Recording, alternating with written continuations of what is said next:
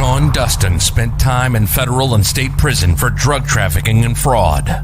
Upon release in 2006, he had nothing but the clothes on his back, a bag of mail, and legal paperwork. In 2010, he kicked a long-time methamphetamine habit and started the long climb back up the ladder of life.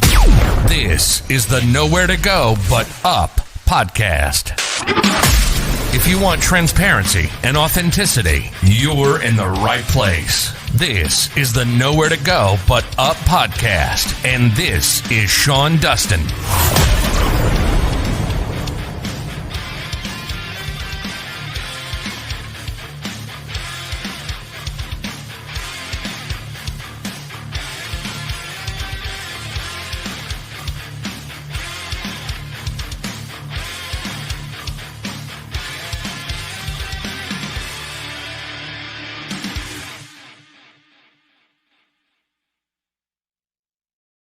What's up? This is the Nowhere to Go But Up podcast, and I am your host, Sean Dustin.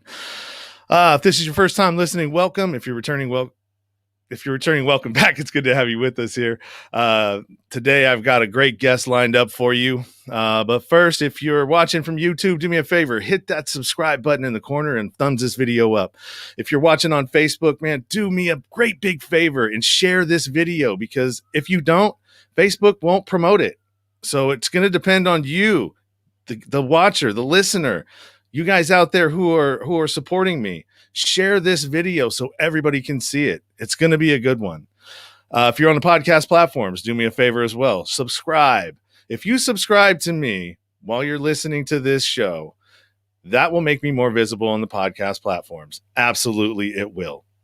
Other than that, if you are liking what I'm doing, if you're enjoying the content that I'm putting out, do me a favor and go to my Patreon and support the show there monetarily if you can. All right. I know we're in some tough times right now, honestly. And if you can do it, that's fine. $1, $3, $5, $10. Those are my tiers. All right. If you can do that for me, at least $1. I mean, what's $1? You know, it's not a whole lot.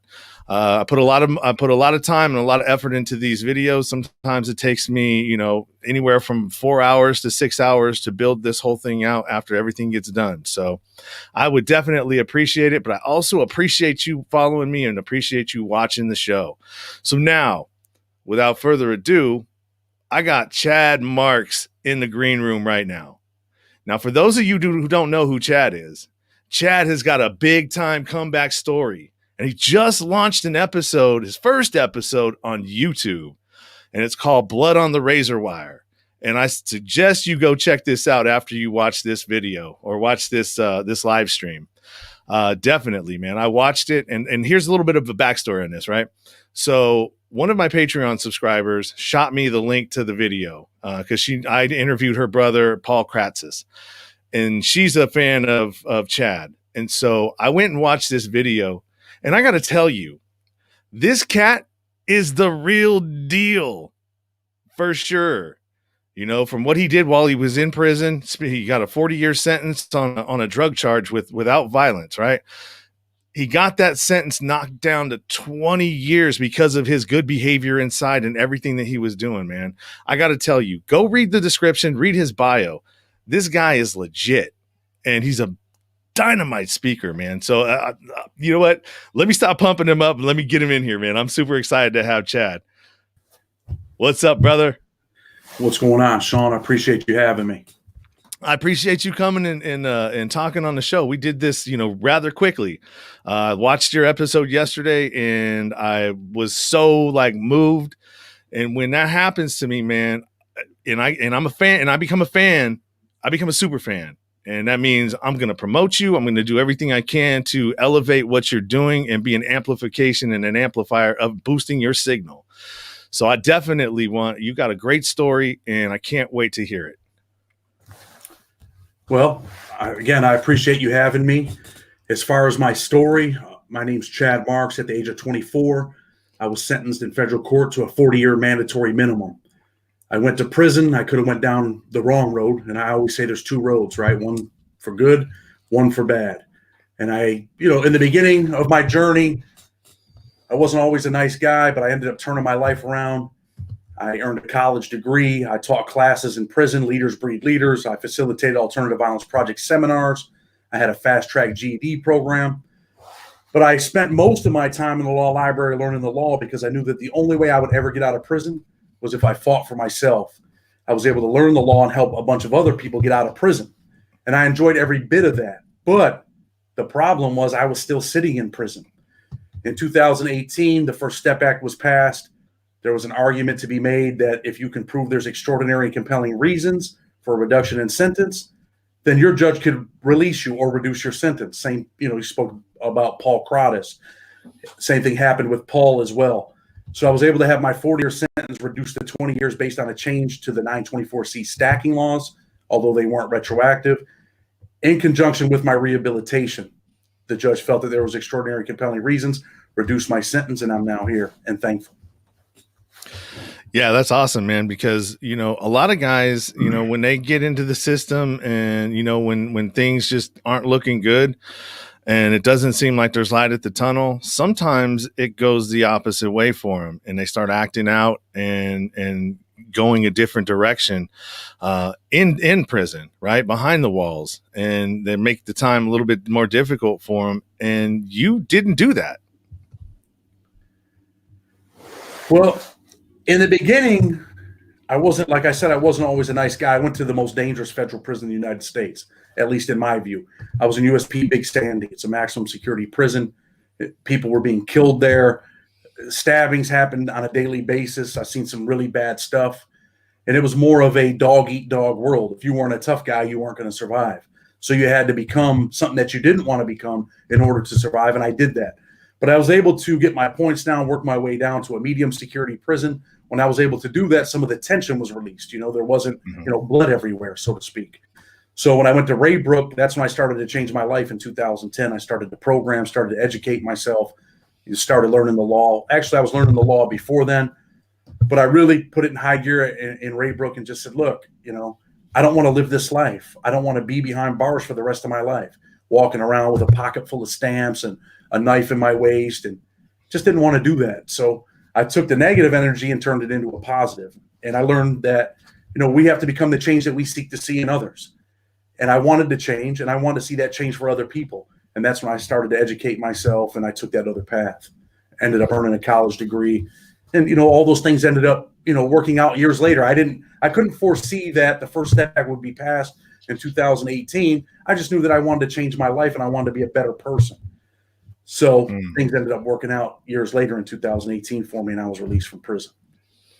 Yeah, that's where I ended up, was in a medium. I luckily I didn't have to go to the big boy's house. And I was I'm gonna be honest. I was afraid. I was scared when I got to prison. I went to state prison first, and I went to a high security there.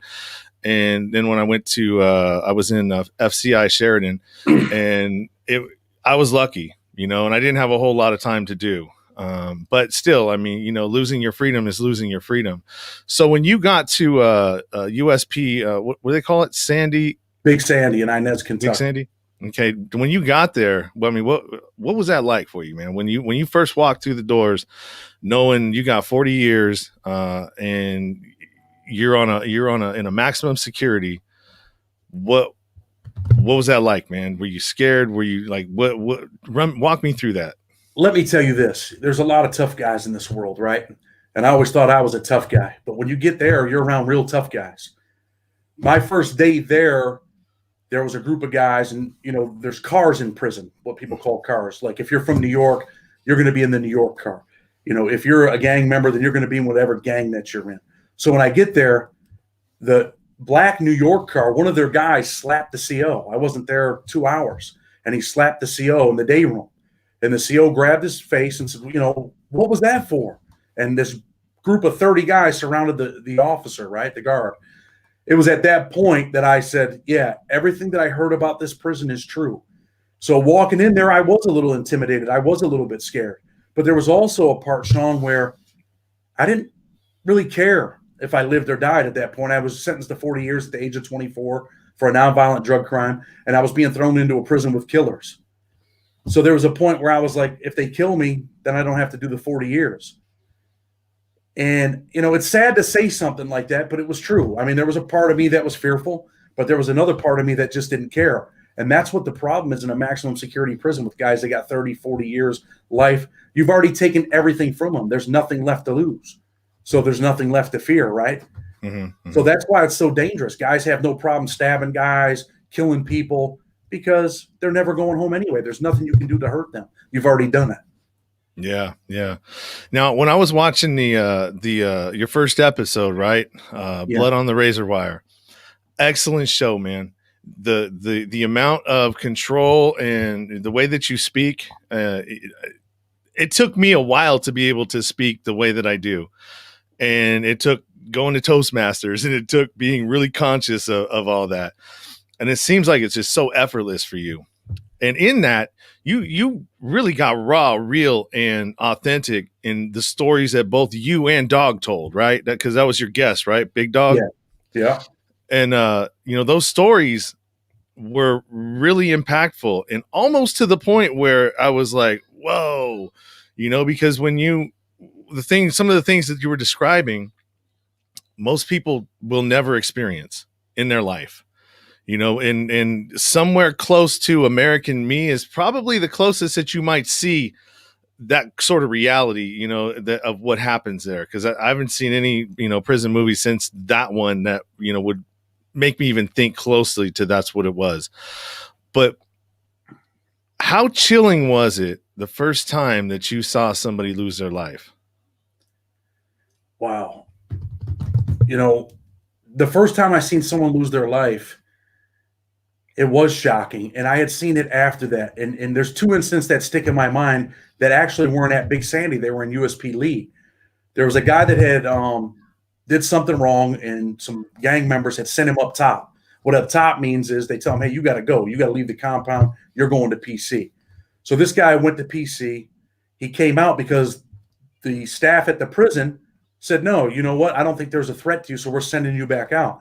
So the guy comes back out. He has a knife on him now. He's serving a 20-year sentence. The guys that told him he had to go up top, they surround him, tell him, you got to leave. He pulls out a knife. He stabs the guy in the chest. The guy jumps back, and he starts swearing at him. Oh, you stabbed me. And he puts his hands up, and he's ready to fight. And within 20 seconds, he's moving around, and I watched him fall to the ground. And this guy only had about 8 months left in prison.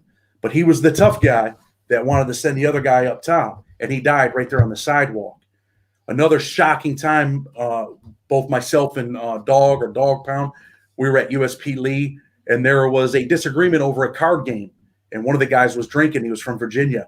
And he pulled his shirt up, and he said, yeah, I'll put that knife in you. So when he pulls his shirt up, he doesn't have a knife. But the other guy had a knife. That guy jumps up, starts stabbing him. And I seen the blood was black. And I said, wow, that dude's going to die. And he told the guy, he said, don't kill me, man. Don't kill me. And he actually told him, he said, it's too late for that. And he killed the dude right there about 3 cells away from my cell. And I watched that dude die. And that always affected me. And, sometimes it affects me now. I think about it once in a while. The guy was eventually, that guy went to prison, I want to say, with 7 years. He ended up selling someone heroin. They overdosed in prison in a medium. They gave him another 20 years, sent him to the penitentiary. And he was serving a 27-year sentence now, 7 for the first charge, 20 for the second. And now he ended up with a life sentence. He was convicted at trial of killing that dude. And, I'm going to tell you the truth. In the prison sense, that guy was an all right guy. He was real respectful in the unit. And then I watched him kill that dude, and it stuck with me, man, all my life. Stuck with me all my life. Yeah, I couldn't imagine that, man.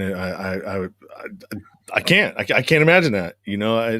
I couldn't imagine watching somebody die in that way, especially when somebody's begging for their life and he's just like, man, there's nothing I can do about it, man. That's cold. Shocking. So yeah, all right. Well, that's enough of that. We don't need. So let's get on to some of the other things that you're doing and you're trying to do. So you're down there. You've got some the whole reason why you're doing Blood on the Razor Wire, and you got a book and you're doing the show, but it's to kind of implement a different way of doing Scared Straight, right? Well, I'm not a fan of Scared Straight, and I'm going to tell you why. I went to Scared Straight, right? And I just thought, like, this is a joke, man. I thought it was cool at the age of 15. Scared Straight didn't scare me. I'm from New York. I went to Attica. infamous Attica prison riots in the 70s. And I just thought it was kind of cool. So I think that's the wrong approach with kids. I think being real gives the kids some real insight. It's the small things, going to bed hungry at night, not having your family there to say, or even your mom say, Mom, I love you. Have a good night. Or being there for your mother when she needs you. It's those small things that matter. And our mission with Blood on the Razor Wire is to gain the interest, right, through our prison stories, but make it a teachable moment. And what I mean by that is to educate them on the realities, that this isn't cool, that you can be so much more than your situation. So, our thing is to save kids from life imprisonment and premature death, because there's kids dying on the streets. Kids are killing kids. And there's also kids dying in federal courtrooms and state courtrooms. And what I mean by that, Sean, is this. You take a 16-year-old kid, he kills somebody, and he ends up with 50 years to life. So when he's 66 years old in the state of New York, he can see the parole board. His life's gone. Life as he knew it is forever gone. And I want to save kids from that. I don't want to see kids beefing on, a text over a girl or on Facebook, well, meet me over here. And then they show up and guess what? The guy shoots the guy. 2 families are destroyed. This guy's going to prison for the rest of his life. 2 mothers lose their sons. So if I can help change that, I want to be a part of that. Like I said, and you got these kids that some of these kids are good kids. A lot of these kids are good kids. And I'm a firm believer that when 2 elephants fight, the ground suffers. So if I can change that, I want to be a part of that. That was a good one, man. I like that one. I like what you put down right there, man. And that's super respectful, man. I'm in the same boat. I'm doing my thing as well, for 18 to 24-year-old transitional age youth, coming back from incarceration into my community. So I definitely commend you for that. And we are both on the same page. And at some point, if you need help with starting a nonprofit organization for yourself, I have the person to do that did mine pro bono. So that'll save you plenty of money right there. And I'm sure she'll be more than willing to help you out with that. So I appreciate you. Yep. The main point is I think that, in our society right now, the only people that are going to help the formerly incarcerated or the people that are in prison are prisoners or people that have been there themselves. Right. Because the state's not going to do anything for you. The federal government's not going to do anything for you. I mean, yeah, they did the First Step Act, but I mean, that's just a small piece of the help. But on this other side over here, you've got the conspiracy charge, which is wrapping people up for exorbitant amounts of time and decades off of their life for, just drug crimes. Like, now, here's a question I have for you. Were you a hustler or a drug addict? Well, Sean, I never used drugs ever in my life. Never even smoked weed. I don't even drink coffee. Don't smoke. Don't do drugs, anything like that. I was a drug dealer. Okay. Not proud to say that. I made some irrational, irresponsible choices that I deeply regret. And I can tell you that I was a product of my environment and all of that. But at the end of the day, I made those decisions. And, there was consequences that come with them. But, yeah, I was a hustler. Okay. Yeah, I mean, either way, you got sucked into a conspiracy charge, which, if that was probably, you're dealing, it's drugs, people that are doing them and people that are selling them. I don't believe that there's any reason why anybody should do more than 5 years on a drug charge. It just doesn't make any sense, especially for people that are addicts. And a lot of the times, and I've talked to a bunch of folks in Texas that, wrapped up in the Northern District of Texas with, what's his name? John, oh man, I can't remember what his name is. There's a judge out there that's just handing time out like crazy. And McBride. Yeah, McBride. And his whole deal is that he lost his son to addiction. So now, to drugs. And so now when people come in there, he's hammering them, and he lords over his cases, even though he's not taking any new cases. You still have to, if you want an appeal or you want any kind of like for you, like the First Step Act, when you're trying to get a compassionate release or clemency, it has to go through him still. And well, I got a case in front of him right now, that I'm working on for a guy named Joseph Mesa. Mm-hmm. Joseph was, I want to say, in his early 20s, did a couple robberies with a BB gun, and he gave him 80 years. Since he's been in prison, he's completed over 200 programs. He's earned a college degree. He's the lead man at the Unicorn factory. And it's an uphill battle. Congress recently said that the charges that he was sentenced under are wrong, but did not make them retroactive. However, Judge McBride has the discretion to reduce that sentence. Will he do so? I sure hope so. I'd like to hope so. Let's say that. But he's denied so many compassionate release motions for people that deserve them. So it's definitely an uphill battle for people like him, people that are in front of Judge McBride. And hopefully maybe he'll step down from the bench. He's about 90-something years old. I couldn't think of a better time. Yeah, Bush Sr. is the one that appointed him. So that tells you how old that dude is. Yeah. So yeah, it's definitely sad, and I've talked to, like I said, like 10 different folks that I've got, on recordings, telling me their stories about their cases and, the silliness that went on with it. They get importation charges and, they're getting hit with like 50 kilos. Some of these people you wouldn't let hold $50, let alone give 50 kilos. They didn't even have a car to bring the drugs over from Mexico. So, like, how does that happen? Well, what happens is, they got this thing called relevant conduct, and Congress is working on that now. And I hope that they change that. So a guy could be arrested with 50 grams of crack. Let's use the crack analogy, right? A guy could be arrested with 50 grams of crack. They charge him with 50 grams or more, right? So now, once you go to court, you plead guilty, and the judge tells you, you're pleading guilty. But, I have the authority to find whatever I want. The PSI might say a few things, but I can actually do whatever I want. And you're going to agree to this. And guys are standing there with their lawyer. The lawyer's tapping them. Yeah, just say, yeah, everything's going to be okay. Like, yes, I understand. Then when you go to court to get sentenced, you thought you were getting 10 years. Now with people like Judge McBride, you end up with 40 years. Because as you know what, I think there was, I think you sold 50 grams every day for the last 6 months. And I'm going to add all that up, and now I'm going to sentence you for that. I mean, it's outrageous, but that's what they do. And they only have to prove, not even beyond a reasonable doubt, it's only a preponderance of the evidence. And to give your viewers an idea of what that really is think of a football field. They just got to get over the 50-yard line to the 51-yard line, and that's good enough to enhance your sentence from 10 years to 40, to even life. I've seen it done numerous times, and a lot with Judge McBride. Yeah, it's crazy. I mean, it really there's no more investigative work that goes into investigating a case anymore. All you need to do is find somebody that's willing to tell on you and corroborate that story you just said. Oh yeah, he sold me a pound or a kilo, every week for a year. And that's ridiculous. And I actually saw or heard that he said, because somebody actually, one of the lawyers actually, objected. And the one thing that he does in his court is if you object, then he immediately takes away your acceptance. Yeah. And he said the guy objected, said, I'm going to object to the importation charge. And he's like, well, most drugs come from Mexico. So that's it. It is what it is.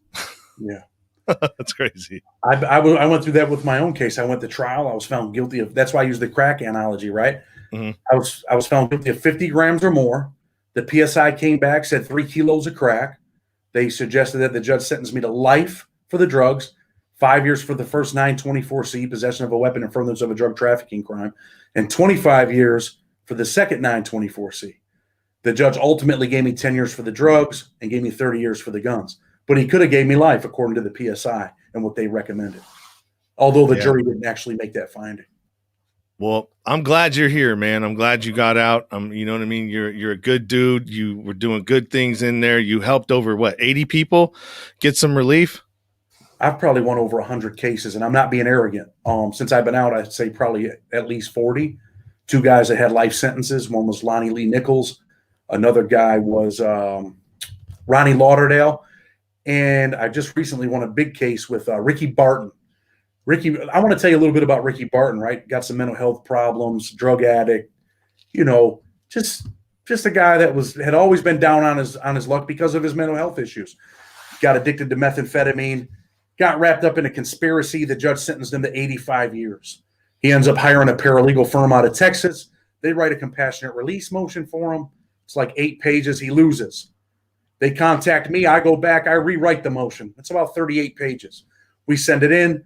About 2 weeks ago, we had his 85-year sentence reduced to 25 years. He's got about 20 years in. He'll be going home in about 2 years. And, I'm happy about that because this dude was not a big-time drug dealer. Taxpayer dollars should not be paid to put this guy in prison for 20 or 25 years because he just wasn't that big of a threat to the community. He was a drug addict who needed some rehabilitation, who needed some mental health counseling. That's what he needed. And maybe he did need a little bit of time in prison, but not 20 or 25 years, maybe 4 or 5 years to get himself straight, to start to appreciate his freedom, because I think he needed that.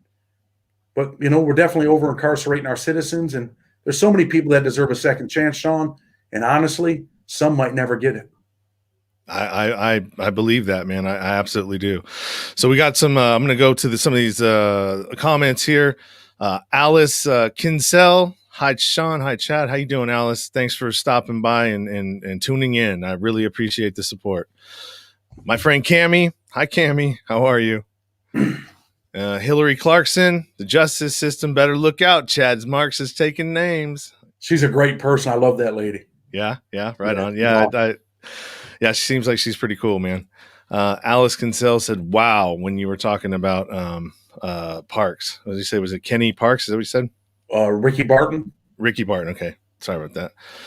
HGTHoustonPress.com news life without parole. Alice Kinsell. So, what do you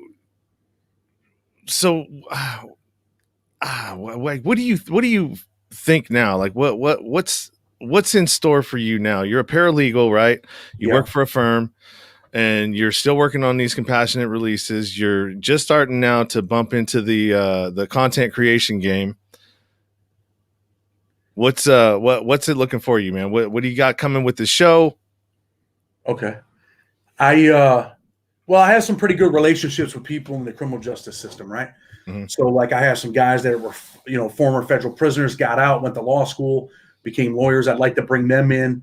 I have a kid that I really want to get on the show within the next episode or two. He went to prison when he was 18 for bath salts, went to prison, became a drug addict in prison, got out. He's now 25 years old and he's on the wrong path. I'd like to bring him on because I want to show kids, this is someone that they could relate to. He was 18 years old when he went to federal prison, started using opiates in prison, got out, was doing okay, but now he's back on opiates. And, I'm going to help him. That's my mission. I want to help him. He's a project for me. I definitely want to help him. He's from my city. I want to help him. I just recently started a home improvement company. We're putting that together. We hope to hire, formerly incarcerated people, because I believe guys that do time, a lot of time, 7, 8, 9, 10 years, they appreciate things. They say, hey, when I get out of jail, I want to have a job. I want to be normal. I want to meet a good woman and have a life and just be a normal person. And I'm sure women on that side say the same thing. They just want to come out and be mothers and just be normal law-abiding citizens, but they need opportunities. And, I'm hopeful that I can give an opportunity through, the construction company, home improvement company that we're putting together. I co-own Freedom Fighters with Lisa Jacoby, another phenomenal person. She helped save my life. If it wasn't for her, I probably wouldn't be here today. She worked at the Federal Defender's Office for over 22 years in my city. She had wrote me and said, look, I want to help you. I remember you. I'm retired now. She got on board and helped me. We started Freedom Fighters together. And together we've been able to, help, I want to say maybe about 43 people since I've been out. So, we're definitely pushing forward with Freedom Fighters. We're doing compassionate release motions, post-conviction motions. I actually won Russell Simmons' son's case not too long ago. He's back in court on his 2255. I've won numerous 2255s, post-conviction motions. But that's because, Sean, I do the work. And you were in prison, so you know how jailhouse lawyers are. Mm-hmm. A lot of them guys, not to say bad things, because there are some good jailhouse lawyers. Some of the best I've ever seen are in prison. But, sometimes guys, sell people a dream for potato chips and sodas. And I used to tell people, listen, you don't have an issue. Save your money. If this guy's going to charge you $100 to do your 2255, just go buy some sodas and potato chips for yourself, because you're just wasting your money, wasting your time. So my mission is to help people, man, not just, kids, but also prisoners, man, people that are walking out. And there's a reason why. I'm going to tell you why. I know what it's like to be in prison suffering, because I suffered, Sean. I wasn't being punished. The punishment stopped at about 8 years. I started to suffer on my 8th or 9th year. And I had heard plenty of people say, hey, when I get out, I'm going to do this, I'm going to do that. There were organizations that turned me down and said, we can't help you. You got a gun in your case. Yeah, but it's nonviolent. Well, we don't care. You got a gun. We're not in that lane. And I was just praying that someone would help me. And people came around at the right time. It was Amy Pova from the Can Do Clemency Organization and Lisa Jacoby. And they teamed up. And really, honestly, man, they helped save my life. So I know what it's like for guys to be in there and just wish that someone would help them. And I'd like to help everybody. Unfortunately, there's not enough time in every day to be able to help every single person. But I do try. I do put in the work. I wake up at 5 a.m. I was up since 5 this morning working. And I'm here on your show. It's 9 something in New York, 9:30. It's 9:30 in New York, and I'm still up. But, I have a passion because I don't like what the government does to people. I don't like when you take a 24-year-old and send him to prison for 40 years. I deserve to go to prison, but I did not deserve 40 years at the age of 24. Absolutely. I 100% agree with you. I want to switch back. Well, no, let's stay on this lane right here. And then I'll jump back over to where we were. So let's say there's a parent out there who's watching or could be watching this or listening out there, and they've got a son that's, going down the wrong path and they don't know what to do. What words do you have for them? What words do I have for the parent? You know what I would do? I would take the son, just the father and the son, or the mother and the son, or the father and mother and the son, and you sit them down and you tell them, you let them know, listen, we love you. We care about you. Because that stuff means something. Even when you got bad kids, because I was a bad kid at times. If you just pull that kid to the side and say, listen, I love you. I care about you. There's 2 roads here. You're going to decide which road you go down. If you go down this road, this is what the end outcome is. And I'd show them some of the videos. Show them some of the blood on the razor wire stories. Show them, take them into a courtroom and let them see what happens when you kill somebody. Take them in that courtroom and watch that person get sentenced. See if you can take them to the morgue and show them what the consequences of those actions are if you kill somebody. Take them into that federal courthouse to see a guy that's 25 years old get a life sentence. That's the reality. I think that's what wakes people up. This isn't about scaring people. Scaring doesn't work. 60 days in, all that stuff's nonsense. That's not what's really happening. Sit them down and let them know that you love them. And look, we're here for you. We want to see you achieve greatness. But if you go down this road, this is what's going to happen. Unfortunately, Sean, some kids are just going to make that choice. They're going to make that choice. And the parents, I would tell you, don't be overly harsh because that gets you nowhere. But don't be overly nice either because I think that gets you nowhere. Just be in the middle. Let them know, hey, I love you. I care about you. And this is what it is. You're going to choose whatever road you're going to choose. And think about it. I mean, that's my approach. And I think it works. I taught a Leaders Breed Leaders class in prison. And I said this before. I would ask most of the guys in my room would be younger guys, right? And I would ask them, I'd say, what are you worth? And they would tell me, Sean, some guys say, I'm worth $1 million. I'm worth 500,000. You'd be surprised what some of them would say. And I would tell them, I say, well, I'm going to tell you what I was worth. I was worth $2,000 on the street. And they'd be like, and I had a lot of respect in the prison system, right? I taught classes. I was kind of a tough guy. People respected me. And they were like, $2,000. They were shocked. And I said, I was worth $2,000 because when I stood on that corner with a gun in my waist and $2,000 worth of crack in my pocket, I was jeopardizing my life. I was jeopardizing being killed, going to prison. That's what I was worth, $2,000. But now I'm priceless. Now I know my worth. Now I know that there's nothing in this world worth losing my freedom over. And I will never, ever jeopardize that again. Yeah, I think that's the difference when you got some people that are doing hard time doing, long bids. When they get out, the likeliness of them going back is a lot less than somebody that's, gone for 1 to 5 years. Would you say that that's an accurate statement?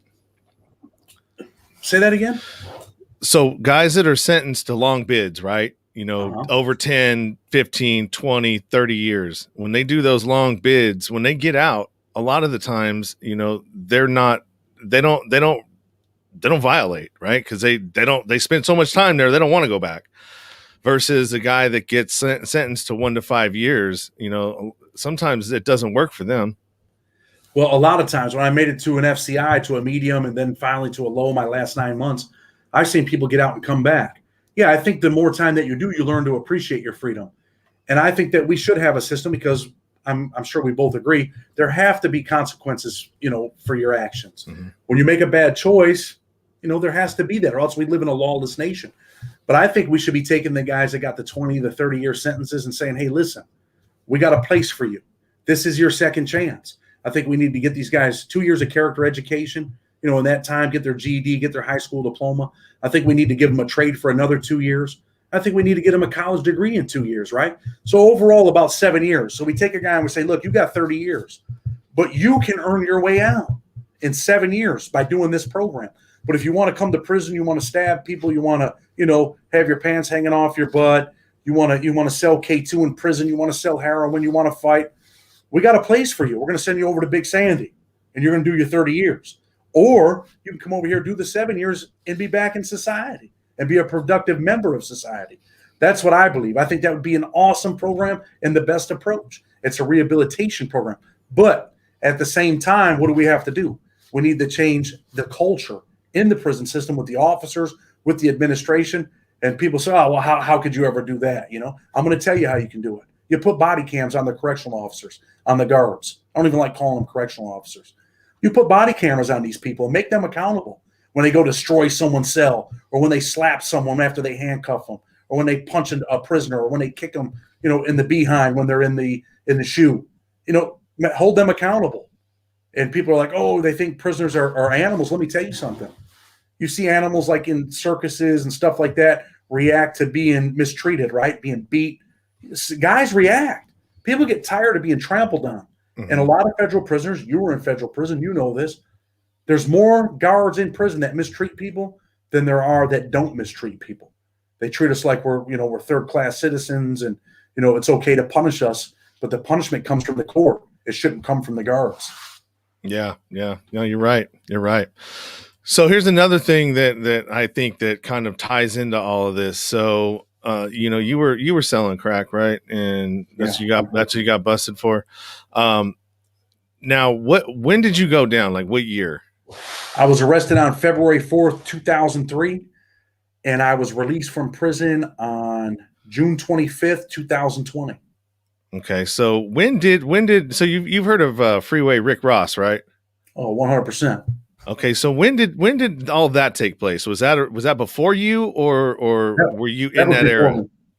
Okay, so a lot of what I think, and the correlation between the time frames of the Iran-Contra thing, and when the CIA brought in all that crack cocaine and flooded the inner cities, right?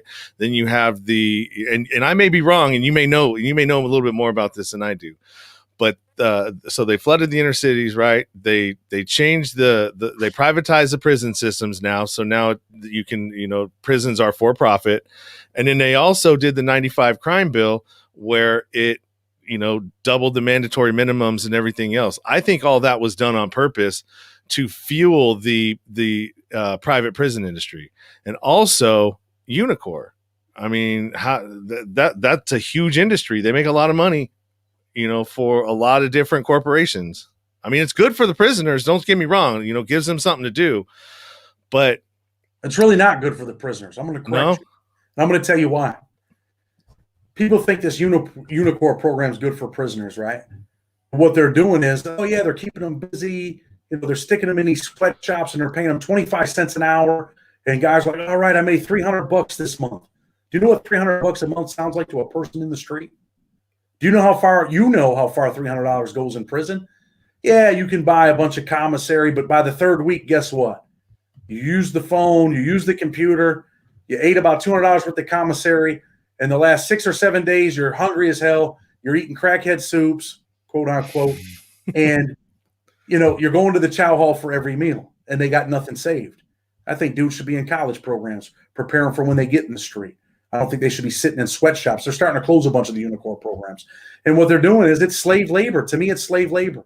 Mm-hmm. You're building government, they're building desks and chairs and their tanks for the military and, military clothing. Yeah, we need the military. We need all that stuff. But they're doing it at 25 cents an hour, 20 cents an hour. I don't agree with it.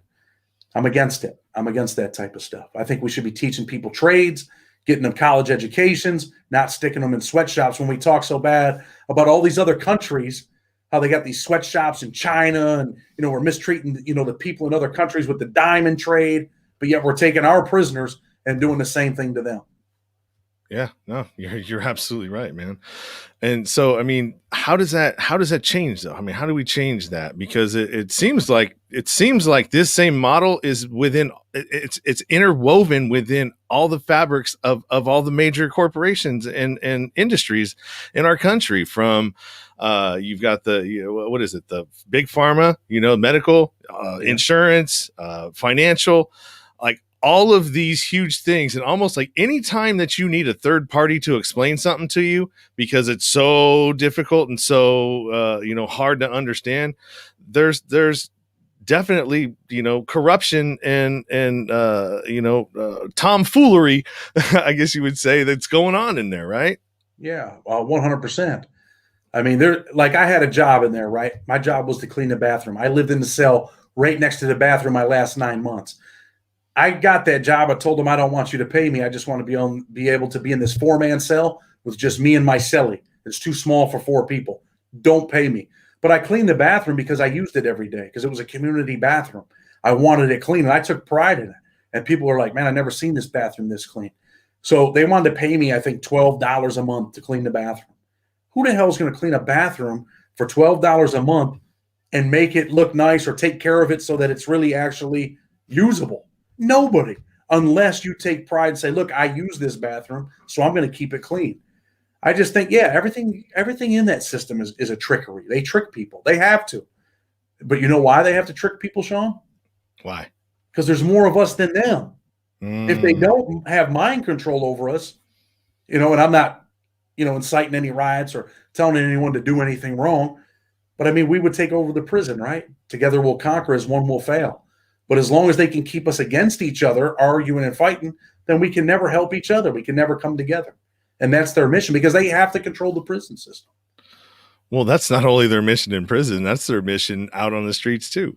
If you really step and take a look at it, from all the division tactics, that take place, in our society today. I mean, it really is a rich man's trick.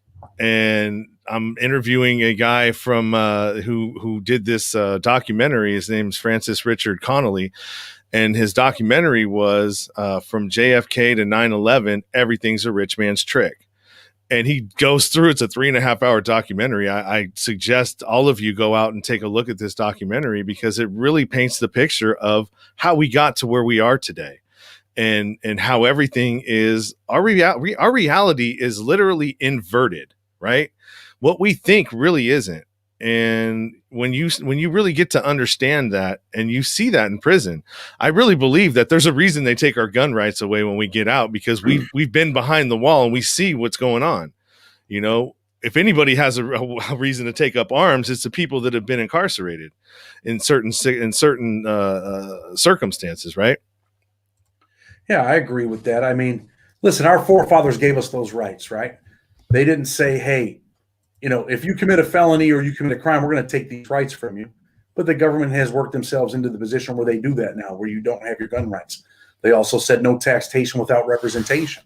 Now felons are able to vote in certain states, stuff like that. But for so long, people were paying taxes, yet you couldn't vote for your representative. Why? Because you had a felony. And, the thing about the 1994 crime bill and controlling people and all that stuff, what is that book by Michael Alexander, The New Jim Crow? I suggest that people read that book, because it's true. It's true. I mean, this system is designed to keep people down, to keep people from educating themselves, from getting out of prison, and doing the right thing, because it was a machine. It kept things going. But the public is starting to relax. The public is starting to realize that these things are wrong, that people are being over-incarcerated. Their tax dollars are being wasted on over-incarcerating people. I believe there's, and I'm not saying, not on anything political, I'm not saying I'm a big fan of Joe Biden, because really I'm not. But I do believe that there are big things coming with the criminal justice system with Joe Biden, in the form of clemency, in the form of sentencing changes, because he knows he owes. And not to offend anybody, but the black community came out and voted for him in droves, and they should have, right? and he knows that he owes now. And I believe that he's going to pay. I believe that he's going to pay. He's going to change some of the wrongs that he's done because he has to. Well, I hope you're right. I'm not as optimistic as you are. Well, I happen to know a few things. Let's just say yeah. So it's I hope so, man. It's it's ridiculous and it needs to change. And there's a lot of things that need to change. And I really want to get in on that Million Man March you're talking about going to Washington. Tell me a little bit about that. Well, really, I want it to be a Million Advocate March, right? And I want to work with Janet Lee and Amber Lee Taylor, Thomas Freeme. Really, what we want to do is we want to pull people together. We want to go down there. We want to hold Joe Biden accountable. We want him to hear our voices. Like I said, we must become the change that we seek to see. I wanted to put that together. I've been trying to put it together, but you know what's holding it up is the COVID-19. How many people are not going to come? You know, what's going to happen if we get 1 million people down there? It's probably not going to happen until things work out with the whole COVID-19 stuff, because we don't want to be down there infecting people and, having anybody die on our watch, so to speak. So I would love to do it in April. That was what our original plan was, but I think it's going to be pushed back a little bit. But we're definitely focusing on it. It's something that I want to do, and I think it's something that's important. And I think that people should come out. People should come out and support that movement, not just regular folks, but let's get some people down there. I know you remember the Women's March right after Trump was elected. Who went down there? Madonna. Remember Madonna got on stage and she started to swear and told Trump, hey, F you, whatever, on the stage. I mean, we need some important faces down there. Let them voices be heard, because everybody's affected by the criminal justice system. And like you spoke about earlier, the First Step Act, Congress, President Trump, everybody said these laws were wrong and that they shouldn't apply to people coming in, but they didn't apply to the people like myself that were suffering under those laws, right? They changed the 924C. They changed the 851. They said, this is wrong. These are grotesque sentences. But what we're not going to do is make them retroactive for the people already in prison. That has to change immediately. People should be standing up for that. I mean, we see people out here marching, protesting when, unarmed people are shot and killed. Unarmed black men are shot and killed. Well, there's unarmed black men being killed every day in federal courtrooms. Like I've said before, that people should be out protesting about this. People should let their voice be heard, because that stuff's wrong. If it's wrong for people getting arrested now, then it's wrong for the people that are sitting in there, like the Joseph Mesas and the Ian Owenses, the Navarro Brooks. Navarro Brooks got 150 years. Ian Owens has got 300 years. These guys are suffering under these laws. They didn't kill anybody. They deserve to be out of prison, but yet they're still sitting in there. Yeah, you're right. What do you think about the fact that you can buy marijuana in damn near, how many states is it now? I mean, I can go into a dispensary right now and purchase marijuana over the counter. But you still have how many people? I know you probably know some people too that are in there for, years still, right? Well, to speak on that, my best friend was Jimmy Romans. He was in federal prison, had life for marijuana. He ended up getting his sentence reduced to 30 years. I wrote his clemency petition while we were in prison. We sent it to Lisa Jacoby. She typed it up, put everything together, and Jimmy Romans was released, one of the 72 or 73 people that got clemency, not pardons, but one of the 73 that got clemency, and he walked out of prison. I've met numerous people in federal prison that had astronomical sentences. Joe Walcott, old man, had Parkinson's disease. He had a bunch of problems. 23 years for marijuana. His son was a wide receiver for the Tennessee Titans. I wrote his case in prison. We sent it off to Brandon Sample. Brandon Sample touched it up, went to court. He won. He's now free. So, yeah, I've seen some absolutely ridiculous, sentences for marijuana. And, yes, there are still people sitting in there with life sentences for weed. Yeah, and to add insult to injury on that one, that you can't even get back into the industry that you were in once you get out, because they've made it so difficult, and the path to entry for getting into the marijuana industry almost impossible for a felon. You know why? Why? Because there's big money involved, and they don't want you to make it. Yeah. They want all them upper class people to make all the money. It's their business now. Yeah. So I think it would be fair to say that, with all of the people, in like the last year, and, talking about, racism and all of these other things, like I haven't seen overt racism in years. It's seriously years. Well, I haven't heard somebody call a black person the N-word since I was probably in junior high. And that was a long time ago, right? That just comes in straight overtly, oh yeah, that dude's a racist. Now, maybe in the South, it might be a little bit different, but up in California, that's almost gone. But what I do think is that we live in a hierarchy, man. We are in a class system, and they use racism to cloak that. So people start thinking that, oh, well, yeah, it's a racist, and it's like, no, man, this is a class system, and they're slowly but surely squeezing the middle class into the lower class, into that lower thing. So I mean, it is happening. I do see it. I watch a lot of stuff. I follow a lot of things, and it's really it's frustrating. Definitely frustrating. So I got some more stuff here. There's a lot of comments. I'm going to pick up right from Jordan Barnes. Jordan has a book too. He One Hit Away. He was a heroin addict, that got clean with the long treatment center, and he's been on the show as well. Jordan, how you doing, man? Thank you for stopping by. I'm glad you're tuning in. Alice Kinzel left another long one. Said, my brother was convicted by a Jim Crow jury. It was 9-3, and he had been signed by the jury, but the prosecutor told the judge that he needed to explain to the jury what they needed to do to get a conviction, so the jury was pre-polled in the courtroom, and it came back 10-2. Guilty as charged. Sentenced to life without parole for a crime he did not commit. Wow. That sucks, man. And I'm sorry that happened to you. And hopefully, we can start making some more changes there. There's a lot of people that are sitting in there that are wrongfully convicted, I believe. Another one says, sorry, I meant the American Rescue Act has $30 million in harm reduction services. And $4 billion to mental health and substance use disorder programs. So yeah, like I said, hopefully he keeps with his promise, and he rectifies what he helped put into action in '94. I'm pretty sure that's coming. I communicate with some people. I know they're working on some stuff down there at the White House, and Congress is putting some things together, and we're going to see it. Yep. Amy Pova, you mentioned her. She was on my show too at some point, probably earlier, probably about a year ago. So that's my girl, man. I love her. Yeah, she's great. Not she's my great. girlfriend, but like she's yeah. I do what you're saying. She did a lot for me when no one else would. It was Amy Pova that stood up for me. Yeah, I see her all over, man. She's definitely doing. She's putting her money where her mouth is. That's for sure. So tell me about your book before we get out of here, because we're at 53 minutes right now. Okay.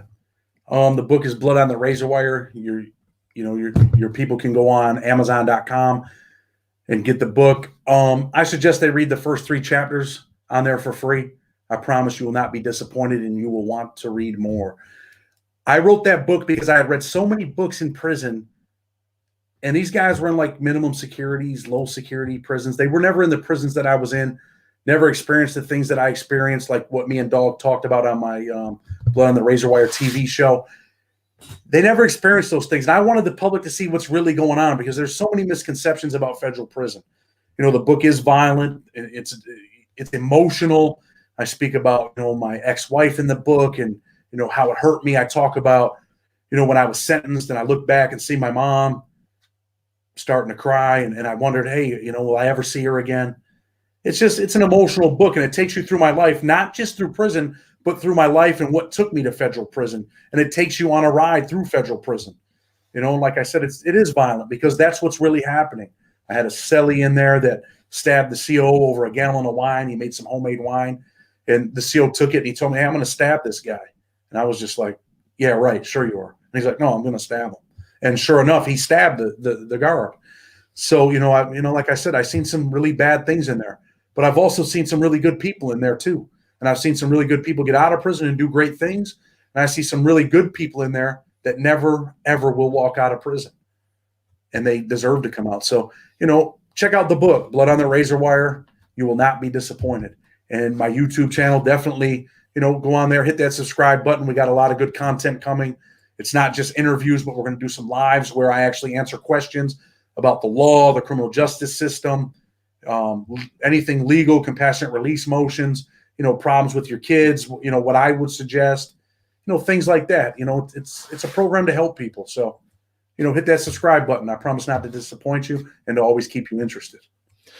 Yeah, and I can attest to that, man. I can't wait for more. I'm a fan. I'm a fanboy. I appreciate you. I'm a fan of yours. Well, thank you, man. I appreciate that too. And I'm so happy that we were able to connect, even because, like I said, we were on the peripheral of each other, and I would see you like in the corner of my eye and on posts and doing things. And I, like I said, I didn't know that you were on this lane. So I'm very happy that I was able to, connect with you, and hopefully you and I can help elevate each other to another level of where we're trying to go. Definitely. And I know you've seen the posts. I don't want people to think that my posts were arrogant. I was angry at some of these so-called prison advocates. So every time I won a case, I would post things and tell them, look, I get mine the hard way. I get mine the long way, not from going to the White House and begging people. I get it in the courtrooms from sitting in this room right here, 13, 14 hours a day, digging in the books, digging in the computer, and going in there and winning cases so I can help change lives and reunite fathers with sons and mothers with daughters, man. And that's important to me. At the end of the day, I'm happy about it, man. That's what I like doing. When you've seen Alice Johnson run across that street, when Donald Trump released her on clemency, don't ever forget that, because that's what it really is. That's what it really feels like. And I want other people to feel the same thing that she felt. Awesome, man. That's great. I love everything that you're saying. And I also have, do you have any federal attorneys that will talk to you? Because I have one that I had that was talking about the conspiracy charge out of DC, and he's a criminal defense federal attorney. Oh yeah, I got some really good friends. I'm really good friends with Brandon Sample, former federal prisoner, went home, became a lawyer. In my view, he is the best post-conviction attorney in the country. That's my view. I also have a pretty good relationship with Sean Hopwood, former federal prisoner. Left prison, became a lawyer, law professor at Georgetown. Really good guy, phenomenal guy, does a lot of great work. Trailblazer on the compassionate release. Just a really good guy. Harlan Protis out of New York, phenomenal attorney. Hopefully I can bring some of these guys on the show. I was actually represented in my case by John Gleason. He's a former federal prosecutor. He is the guy that prosecuted John Gotti, became a federal lawyer federal judge in New York for over 20 years. Stepped down from the bench because he was tired of, having to give people these mandatory minimums.